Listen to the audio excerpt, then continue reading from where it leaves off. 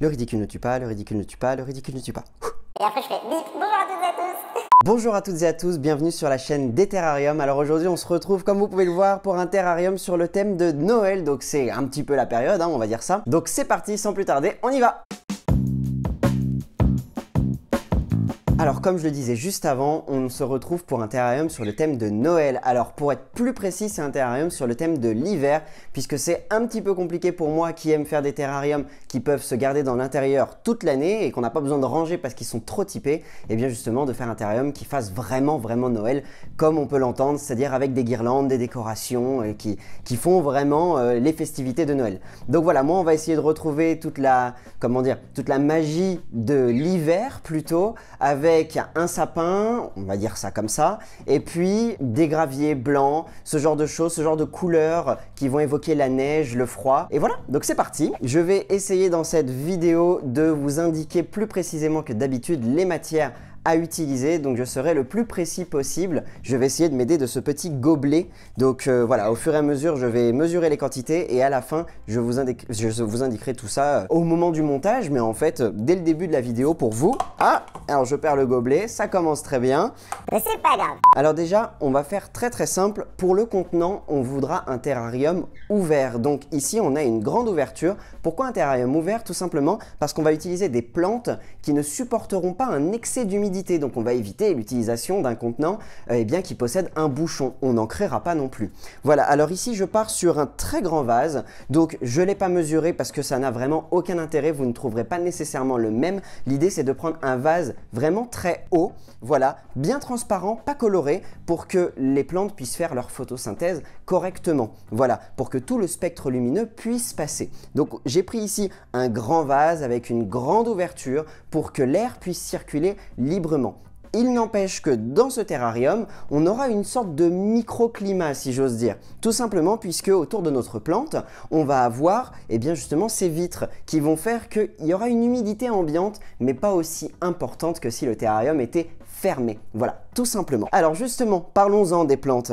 Ce qui s'est passé ici, c'est que j'ai vachement cherché ce que je pourrais utiliser pour un terrarium sur le thème de Noël. Donc évidemment, j'ai eu l'idée de plantes qui ressemblent à des petits sapins et j'étais parti immédiatement sur ce genre de plante. Donc en fait ça c'est... Oh là, ça coule partout. Bon, c'est pas très grave. Alors ce genre de plante c'est tout simplement un conifère. Mais en fait c'est un conifère qui a été floqué. Donc on a cette neige artificielle sur les brins tout simplement. C'est bien typé hiver, c'est bien typé Noël. C'est parfait pour ça, pour le thème.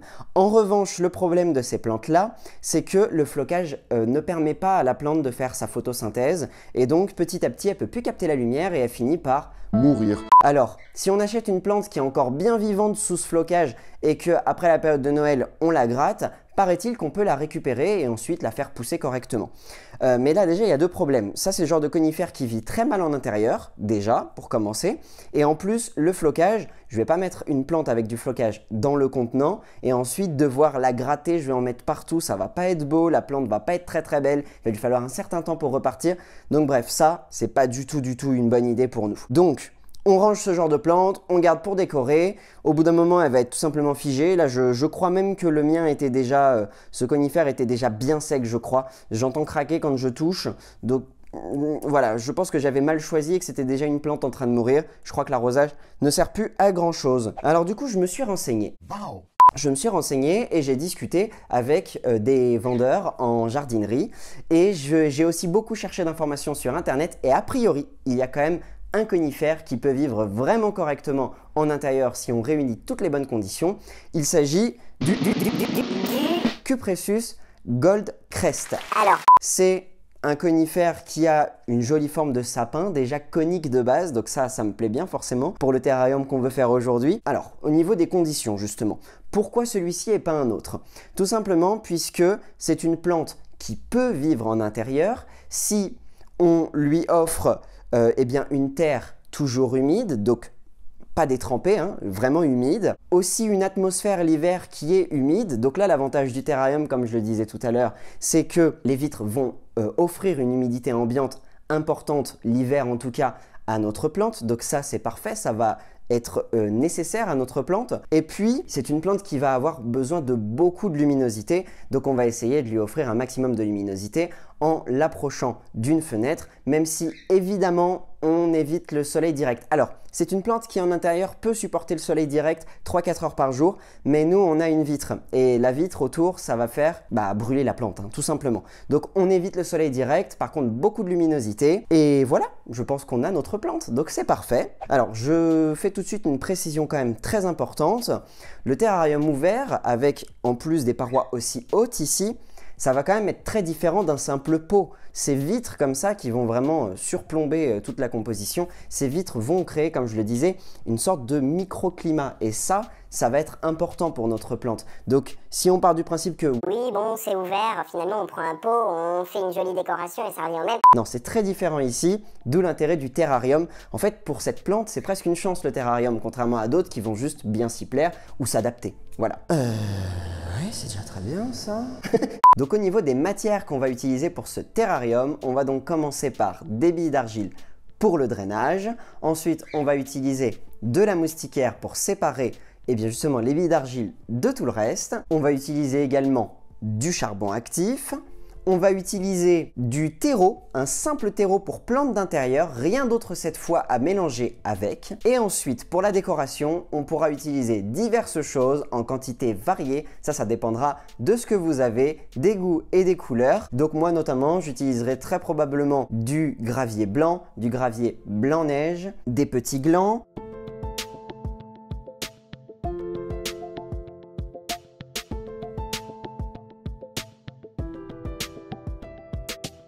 Alors comme pour tous les terrariums, on va commencer par le drainage. Donc le drainage, c'est ce qui va permettre à l'eau de circuler dans le terrarium. Certes, comme c'est ouvert, l'évaporation sera beaucoup plus importante. Il va falloir arroser ce terrarium, contrairement au terrarium fermé qui s'arrose une ou deux fois par an. Et bien là, il va falloir l'arroser beaucoup plus régulièrement. Il va falloir surveiller nécessairement. Alors si on met de la mousse, ça va permettre quand même déjà de garder de l'humidité. Donc voilà. Alors donc c'est parti. On va commencer avec les billes d'argile. Et je vais prendre ce grand entonnoir fait maison. Donc c'est tout simplement des rouleaux d'essuie-tout qui sont scotchés ensemble. Ici, ce serait pourquoi pas même du papier toilette, je crois. Oui, c'est ça. Ici, c'est un entonnoir à confiture qui a été scotché au rouleau. Donc ça me permet de déposer dans le fond sans difficulté. C'est un peu haut. Entonnoir à confiture. Parce que c'est un entonnoir large. Et ça s'appelle un entonnoir à confiture. Oui. L'entonnoir à confiture, c'est un entonnoir avec une grande ouverture, à peu près la même que les rouleaux. Voilà, on ne veut pas un entonnoir avec une ouverture de 1 cm. Sinon, C'est compliqué pour faire passer tout ça. j'ai pas envie de risquer de faire tomber le contenant en passant mon bras. Donc, l'entonnoir, c'est pas mal. C'est un peu trop haut, mais bon, je l'ai pas fait pour ce projet en particulier. J'ai fait pour tous les projets en hauteur.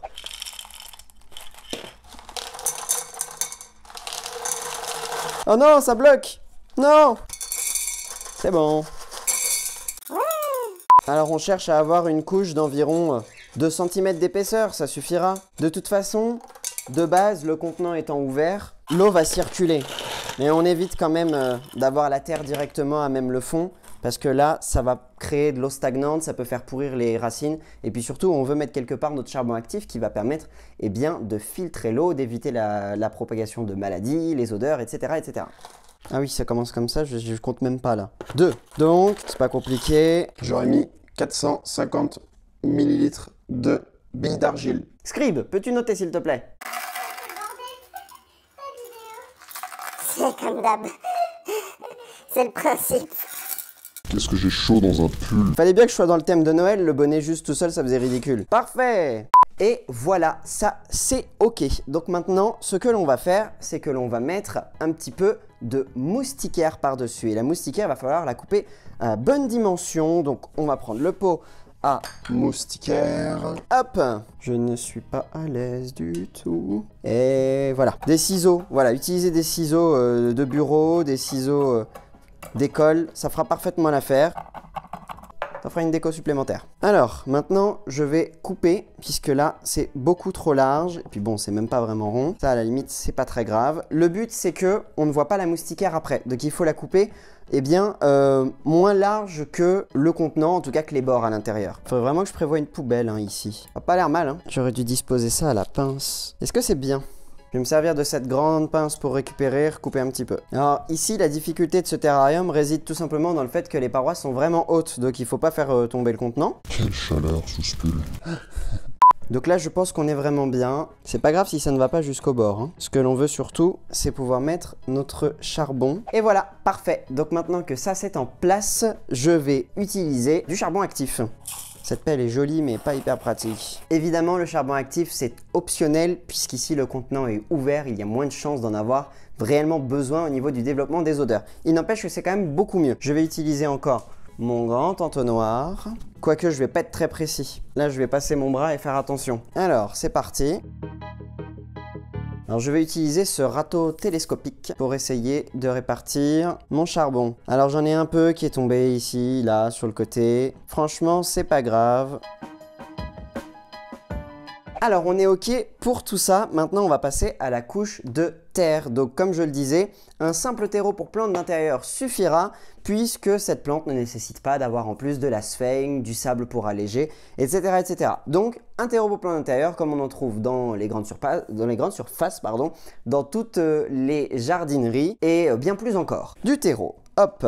Alors le terreau que j'ai actuellement dans mes boîtes est un peu trop humide, je dirais même qu'il est vraiment mouillé. Donc je vais plutôt partir sur un terreau qui sort du sac.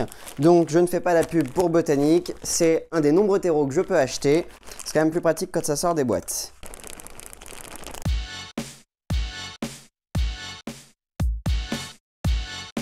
Voilà, alors ça peut paraître beaucoup, mais je profite du fait que le contenant soit vraiment grand pour mettre plus de terre que d'habitude afin de donner plus de chance à notre plante de s'y plaire. Et puis surtout là c'est pas du tout tassé, donc on va tasser un petit peu, je vais aussi nettoyer. Alors maintenant que ça c'est ok, je vais utiliser le râteau pour répartir la terre un petit peu mieux. On pourrait utiliser tout un tas d'autres choses comme une longue baguette en bois par exemple. Le contenant n'est pas assez large à sa base pour vraiment créer une sorte de butte de terre. Donc on va partir sur une composition plutôt plate aujourd'hui. Donc la terre a un peu coulé sur les côtés, alors ça c'est pas grave du tout, c'est pas non plus énorme, donc ça fera parfaitement l'affaire. Et maintenant je vais utiliser la pelle télescopique pour préparer le trou dans lequel on va accueillir ce cyprès. Alors pour info, ce sont deux outils télescopiques que j'ai trouvé sur internet, je crois pour 7 ou 8 € les deux, donc c'est assez pratique. Je vous mettrai le lien en description. Et voilà, super. Donc je vais retirer le contenant et on va préparer la plante pour la plantation. Donc j'ai ce saladier qui n'est pas du tout sur le thème de Noël mais plutôt de l'été, mais c'est pas grave.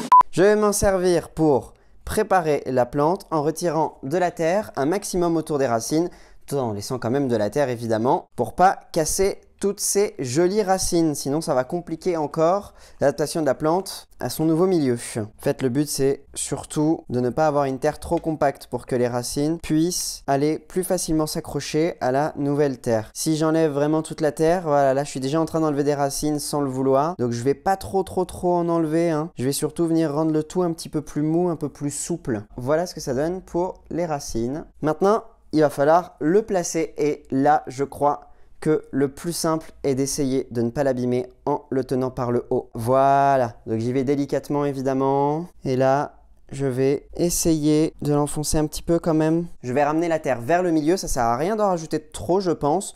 Le but c'est juste de venir recouvrir les racines. Et puis si ça descend un petit peu sur le côté, l'avantage c'est que je pourrais caler des éléments. Et donc on va ramener de la terre. Ah ben, on va obtenir une petite butte quand même. Hop, donc j'utilise le dos du râteau. Je pourrais utiliser toute chose dure, voilà, pour venir compacter un petit peu la terre. Eh bien, on va passer à la dernière étape, celle de la décoration. Et là, je ne peux que vous dire de vous faire plaisir si vous y tenez à mettre une guirlande lumineuse autour de ce petit arbre. Si vous avez envie de le décorer comme ça, il n'y a évidemment aucun souci. Moi, je préfère rester sur quelque chose qui un peu plus passe-partout toute l'année, même si la guirlande, évidemment, vous pouvez la retirer. Voilà, donc je vais utiliser tous les éléments dont j'ai déjà parlé et là ça va vraiment être au feeling là-dessus, je ne vais pas mesurer les quantités nécessaires, ça n'aurait pas vraiment d'intérêt. Le cyprès dégage vraiment une odeur très agréable et là l'odeur est accentuée de par les vitres autour puisque tout est condensé ici, ça ne se propage pas immédiatement. J'adore.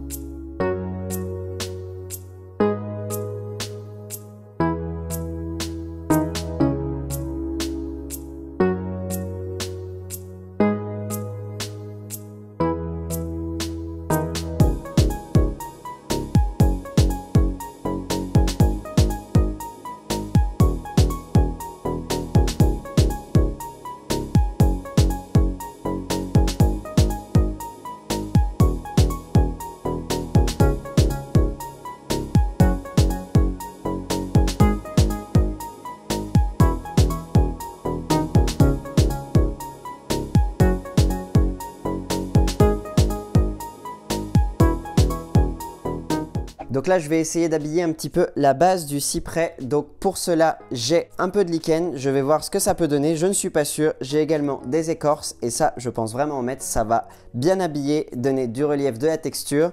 Et puis, j'ai des petits glands. Donc, on va essayer d'en caler quelques-uns. J'ai des pinces plus longues, mais pas aussi maniables que celle-ci. Donc là, on va essayer avec celle-ci.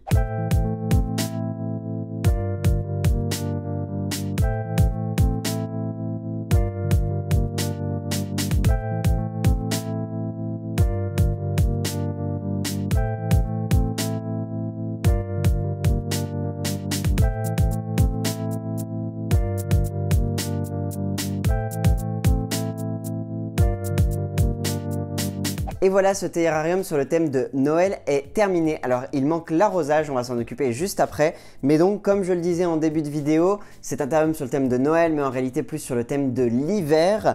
Et j'essaie de faire un terrarium qui, en été dans l'intérieur, ne va pas donner l'impression d'être complètement hors sujet. Donc voilà, on essaye de faire quelque chose qui est typé dans eh bien, le thème voulu, qui puisse être passe-partout et qu'on ne va pas ranger au placard. Sachant que c'est une plante, on va pas pouvoir d'ailleurs la mettre dans un placard. Alors pour terminer, on va arroser ce terrarium. Donc on a déjà les mousses qui sont humides et puis la motte de terre principale qui l'est également, mais on va rajouter un petit peu d'eau au pied de la plante. Pour ce faire, il y a plein de possibilités, mais moi j'utilise un grand pulvérisateur. Voilà ce qu'on peut utiliser pour le jardin normalement.